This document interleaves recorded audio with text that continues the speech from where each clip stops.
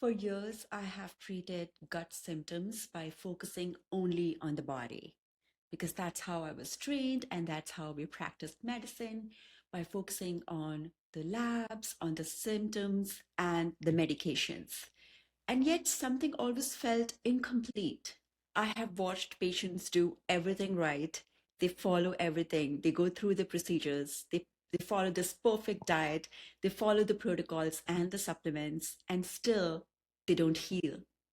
And that's when I realized that gut healing is not just about the gut. So there was a point in my career when I started asking the hard question: why are some people improving whereas others are still stuck, even with the same treatment? I would see patients who are incredibly disciplined and still they won't improve. They would do everything correctly and still the symptoms would persist. And honestly, I saw pieces of that in myself as well. And that's when it became clear to me that we are missing something.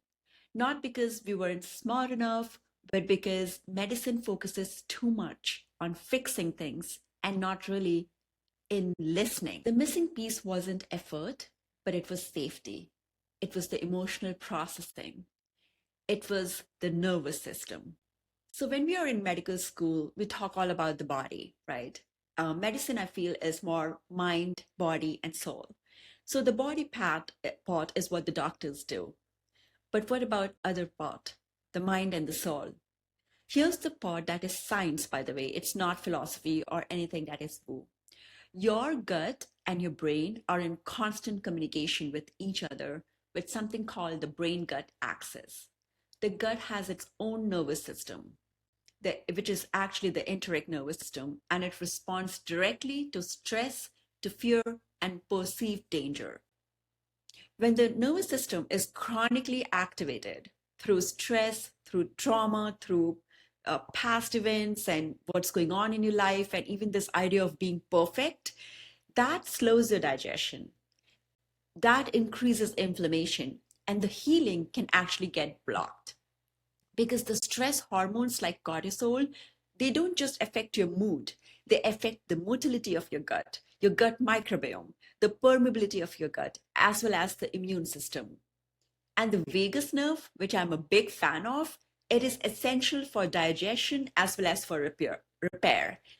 It only functions well when your body feels safe. Let's talk about the soul part. And when I say the soul part, I'm not talking about anything very abstract or woo. Some people call it soul and some people call it consciousness. Whatever resonates with you, that part is real and that part is the one that is the most neglected. I'm talking about meaning. I'm talking about emotional processing, feeling aligned in your body, feeling safe enough to rest. Many gut symptoms persist not because your body is broken, but it's because your body is bracing. When we don't feel safe, heard, or supported, the gut stays in the survival mode.